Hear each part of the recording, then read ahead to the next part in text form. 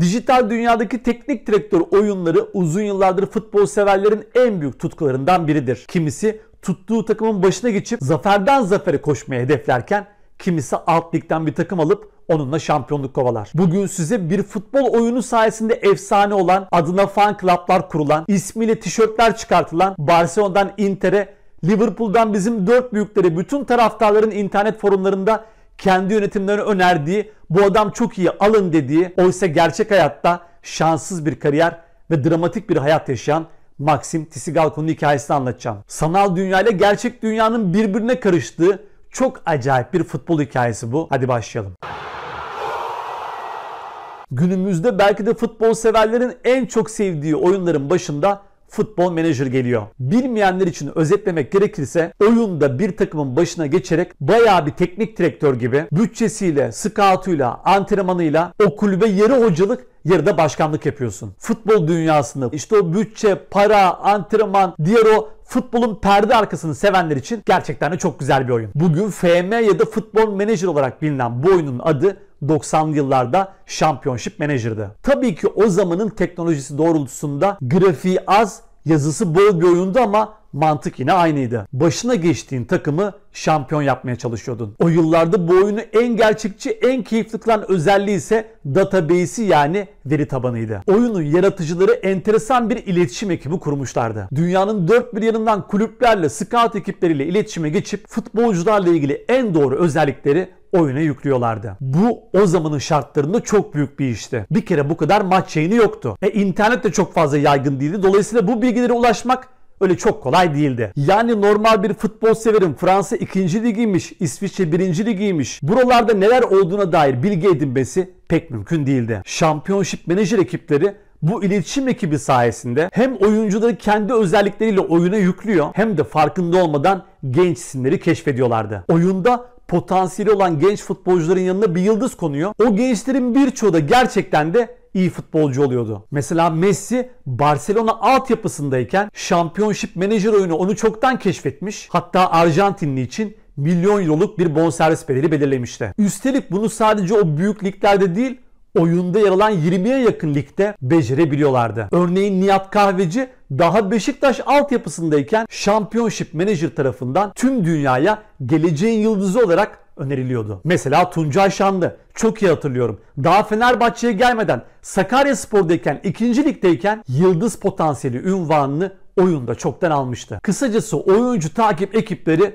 çok iyi çalışıyordu. İşte bu keşifler sayesinde Championship Manager oyunu futbol dünyasında korkunç bir şekilde ciddiye alınmaya başlanmıştı. Dönemin dijital dünyayı iyi takip eden genç kulüp yöneticileri baya oyuna bakarak transfer stratejisini oluşturmaya çalışıyordu. Yani bir bilgisayar oyunu gerçek futbol dünyasını etkilemeye başlamıştı. Hikayemizin kahramanı Maxim Tsigalko işte bu oyunun adeta efsanelerinden bir tanesiydi. O yıllarda Championship'in Doğu Avrupa ekibinden bir çalışan Maxim Tsigalko'yu bir maçta izlemiş, biraz da onu soruşturunca ondaki yıldız potansiyelini görmüş ve onu ekibe çok yüksek puanla önermişti. Oyunun veri tabanı sorumlularından biri de Rus'tu ve o coğrafyadan gelen çok fazla öneri olmadığı için Maxim Tsigalko ismi onun da fazlasıyla dikkatini çekmişti. Doğu Avrupa ekibinden gelen puanlamaya biraz da vatandaşlık kontenjanından o da ekleme yapınca ortaya çok acayip özelliklere sahip bir oyuncu çıkmıştı. Oyunun 2000-2001 sezonu versiyonunda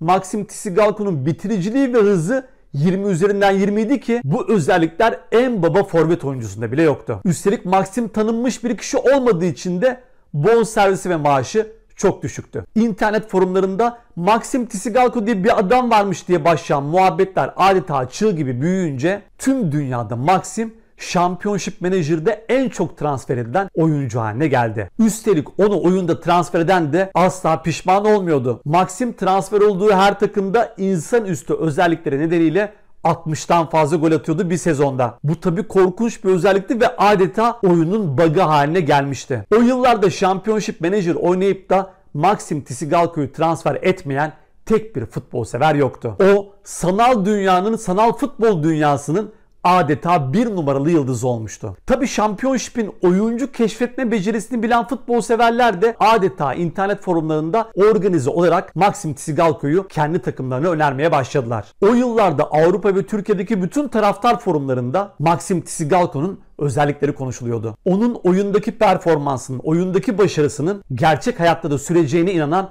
milyonlarca taraftar oluşmuştu bir anda. Facebook'ta onun adına gruplar kurulmaya başlanmış, adının yazıldığı sweatshirtler yüz binler satmıştı. Liverpool'dan Barcelona'ya, Inter'den Manchester United'a bütün dünyada taraftarlar Maxim Tsigalko'yu kendi takımlarına öneriyordu. Elbette buna bizim taraftarlar da dahildi. Özellikle İstanbul'un büyükleri, o yıllarda internet İstanbul'da daha fazla kullanıldığı için hemen hemen internete giren bütün taraftarlar kendi yönetimlerini e-mail yoluyla, fax yoluyla Maxim Tsigalko'yu öneriyordu. Gerçek dünyada ise hikaye bambaşka bir şekilde ilerleyecekti. Championship'te insanüstü özellikleriyle potansiyelli yıldız olarak lanse edilen Maxim Tsigalko 2000 yılında Dinamo Minsk'in rezerv takımında 15 maçta 14 gol atmıştı. Henüz 17 yaşındaydı ve gerçekten de gelecek vaat ediyordu. Bir sonraki sezonda performansını yükseltince daha o yaşta Belarus milli takımına seçilmişti. Aslında Championship menajer ekipleri potansiyel anlamında yanılmamıştı. Ancak ortada bir sorun vardı. Oyunda acayip şekilde gol atıp hiç sakatlanmayan Maxim Tsigalko gerçek hayatta çok sık sakatlanıyordu. 23 yaşına geldiğinde kaçırdığı maç sayısı oynadığı maç sayısını çoktan geçmişti. Bileğinde,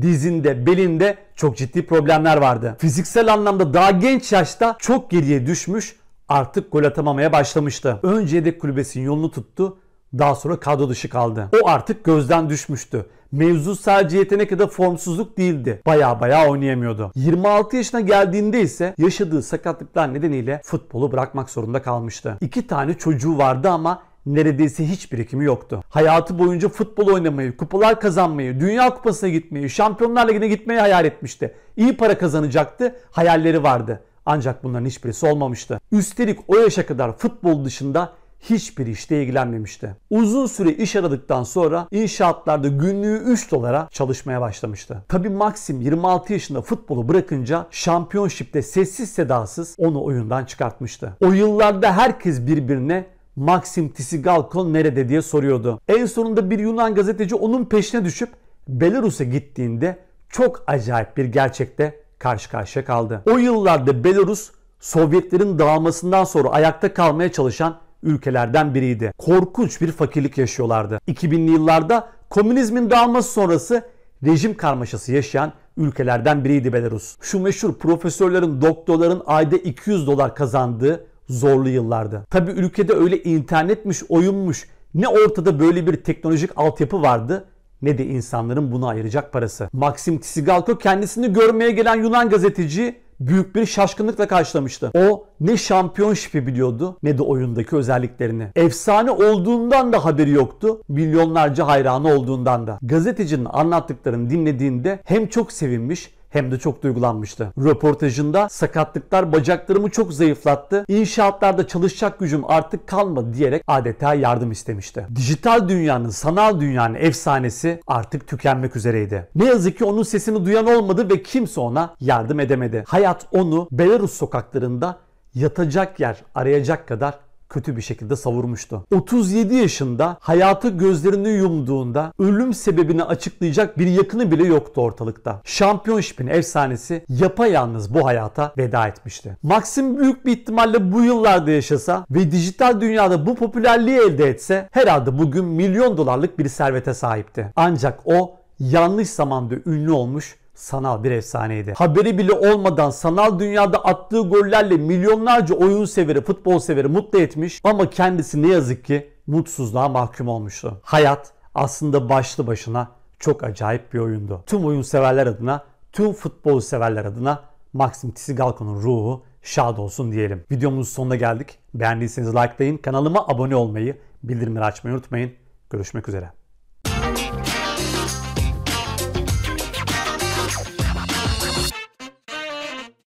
Yanımızda Fransa teknik direktörü Didier Deschamps var. Vous avez bien joué, vous avez beaucoup de positions.